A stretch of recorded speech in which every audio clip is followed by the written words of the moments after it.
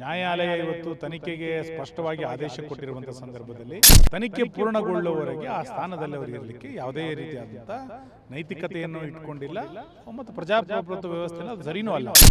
ನಾನು ತನಿಖೆನ ಎದುರಿಸ್ತೀನಿ, ಯಾವುದೇ ರೀತಿಯಾದಂತಹ ಅಡ್ಡಿಪಡಿಸಲ್ಲ, ಬಟ್ ನಾನು ರಾಜೀನಾಮೆ ಕೊಡಲ್ಲ ಅಂತ ಹೇಳ್ತಾ ಇದ್ದಾರೆ. ಈ ಹಿಂದೆ ಯಡಿಯೂರಪ್ಪನವರ ಮೇಲೆ ಆರೋಪ ಬಂದಾಗ ಇವರೇ ಹೇಳಿದ್ರು ತನಿಖೆ ನಿಷ್ಪಕ್ಷಪಾತವಾಗಿ ಆಗಬೇಕು ಅಂತಾದ್ರೆ ಯಡಿಯೂರಪ್ಪನವರು ರಾಜೀನಾಮೆ ಕೊಡಬೇಕು ಅಂತ ಇವರೇ ಆಗ್ರಹ ಮಾಡಿದ್ರು. ಆ ಮಾತುಗಳನ್ನು ಮತ್ತೆ ಮತ್ತೆ ನೆನಪು ಮಾಡ್ಕೊಳ್ತಾ ಸ್ವಲ್ಪ ಆದ್ರೂ ಜಾಗೃತರಾಗಿ ರಾಜೀನಾಮೆಯನ್ನು ಕೊಡಬೇಕು ಅಂತ ನಾವು ಆಗ್ರಹಿಸ್ತೇವೆ. ಕೋರ್ಟ್ ಬಹಳ ಸ್ಪಷ್ಟವಾಗಿ ಹೇಳಿದೆ. ಕೋರ್ಟ್ ಹೇಳಿದ ನಂತರ ಇನ್ನೇನು ರಾಜಕೀಯ ದುರುಪಯೋಗ? ನೀವು 3 ತಿಂಗಳು ಹೊರಗಿದ್ದು ತನಿಖೆಯನ್ನು ಪೂರ್ಣಗೊಳಿಸಿ ನಂತರ ಬನ್ನಿ, ನೀವು ಶಾಶ್ವತವಾಗಿ ಅಧಿಕಾರದ ದೂರ ಇರಿ ಅಂತ ನಾವು ಹೇಳ್ತಾ ಇಲ್ಲ.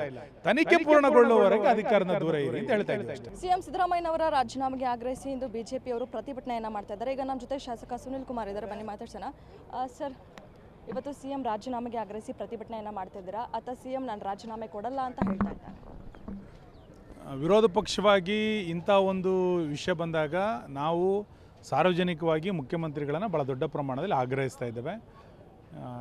ನ್ಯಾಯಾಲಯ ಇವತ್ತು ತನಿಖೆಗೆ ಸ್ಪಷ್ಟವಾಗಿ ಆದೇಶ ಕೊಟ್ಟಿರುವಂಥ ಸಂದರ್ಭದಲ್ಲಿ ತನಿಖೆ ಪೂರ್ಣಗೊಳ್ಳುವವರೆಗೆ ಆ ಸ್ಥಾನದಲ್ಲಿ ಅವರು ಇರಲಿಕ್ಕೆ ಯಾವುದೇ ರೀತಿಯಾದಂಥ ನೈತಿಕತೆಯನ್ನು ಇಟ್ಕೊಂಡಿಲ್ಲ ಮತ್ತು ಪ್ರಜಾಪ್ರಭುತ್ವ ವ್ಯವಸ್ಥೆನ ಅದು ಸರಿನೂ ಅಲ್ಲ. ಹಾಗಾಗಿ ತಕ್ಷಣ ಆ ಸ್ಥಾನಕ್ಕೆ ರಾಜೀನಾಮೆಯನ್ನು ಕೊಟ್ಟು ತನಿಖೆಯನ್ನು ಎದುರಿಸಿ ಎನ್ನುವಂಥ ಆಗ್ರಹವನ್ನು ನಾವು ಮಾಡ್ತಾ ಇದ್ದೇವೆ. ಸರ್, ಈಗ ಅವರು ನಾನು ತನಿಖೆನ ಎದುರಿಸ್ತೀನಿ, ಯಾವುದೇ ರೀತಿಯಾದಂತಹ ಅಡ್ಡಿಪಡಿಸಲ್ಲ, ಬಟ್ ನಾನು ರಾಜೀನಾಮೆ ಕೊಡಲ್ಲ ಅಂತ ಹೇಳ್ತಾ ಇದ್ದಾರೆ. ಅಲ್ಲ, ಹೇಗಾಗುತ್ತೆ? ಲೋಕಾಯುಕ್ತ ಪೊಲೀಸರು ರಾಜ್ಯ ಸರ್ಕಾರದ ಅಡಿನಲ್ಲಿರುವಂಥದ್ದು. ರಾಜ್ಯ ಸರ್ಕಾರದ ಅಡಿಯಲ್ಲಿರುವಂಥ ಪೊಲೀಸರ ಹತ್ರ ಇವರು ಒಬ್ಬ ಮುಖ್ಯಮಂತ್ರಿಯಾಗಿ ತನಿಖೆಯನ್ನು ಹೇಗೆ ಎದುರಿಸಲಿಕ್ಕೆ ಸಾಧ್ಯ ಆಗುತ್ತೆ? ತನಿಖೆ ಎಷ್ಟು ನಿಷ್ಪಕ್ಷಪಾತವಾಗಿ ನಡೀಲಿಕ್ಕೆ ಸಾಧ್ಯ ಇದೆ? ಈ ಹಿಂದೆ ಯಡಿಯೂರಪ್ಪನವರ ಮೇಲೆ ಆರೋಪ ಬಂದಾಗ ಇವರೇ ಹೇಳಿದರು ತನಿಖೆ ನಿಷ್ಪಕ್ಷಪಾತವಾಗಿ ಆಗಬೇಕು ಅಂತಾದರೆ ಯಡಿಯೂರಪ್ಪನವರು ರಾಜೀನಾಮೆ ಕೊಡಬೇಕು ಅಂತ ಇವರೇ ಆಗ್ರಹ ಮಾಡಿದರು. ಆ ಮಾತುಗಳನ್ನು ಮತ್ತೆ ಮತ್ತೆ ನೆನಪು ಮಾಡ್ಕೊಳ್ತಾ ಸ್ವಲ್ಪ ಆದರೂ ಜಾಗೃತರಾಗಿ ರಾಜೀನಾಮೆಯನ್ನು ಕೊಡಬೇಕು ಅಂತ ನಾವು ಆಗ್ರಹಿಸ್ತೇವೆ. ಸರ್, ಹಾಗೆ ಬಿಜೆಪಿ ಅವರು ಯಾವ ನೈತಿಕತೆ ಇಟ್ಕೊಂಡು ನನ್ನ ರಾಜೀನಾಮೆ ಕೇಳ್ತಾ ಇದ್ದಾರೆ ಅಂತ ಸಿಎಂ ಸಿದ್ದರಾಮಯ್ಯನವರು ಗುಡುಕ್ತಾರೆ. ಉಳಿದವ್ರ ನೈತಿಕತೆಯ ಬಗ್ಗೆ ನೀವು ಆಮೇಲೆ ಮಾತಾಡಿ, ಫಸ್ಟ್ ನಿಮ್ಮ ನೈತಿಕತೆ ಬಗ್ಗೆ ಮಾತಾಡಿ. ನೀವು ರಾಜ್ಯಕ್ಕೆ ಮಾದರಿಯಾಗಿರಬೇಕಾದಂಥವ್ರು. ಉಳಿದವರೆಲ್ಲ ಏನೇನೋ ಮಾಡಿದ್ದಾರೆ, ಆಗ ನಾನು ಹಂಗೆ ಮಾಡ್ತೀನಿ ಅಂತ ಅಂದ್ಕೊಂಡ್ರೆ ನಾವೇನೂ ಮಾಡಲಿಕ್ಕಾಗಲ್ಲ. ಅದಕ್ಕೆ ಬಂಡತನದ ಪರಮಾವಧಿ ಅಂತ ಕರೀತಾರೆ. ಆ ರೀತಿಯಾದಂಥ ಜಾಮೀನನ್ನು ನೀವು ತಗೊಳ್ಳೋಂಥ ಅಗತ್ಯ ಇಲ್ಲ.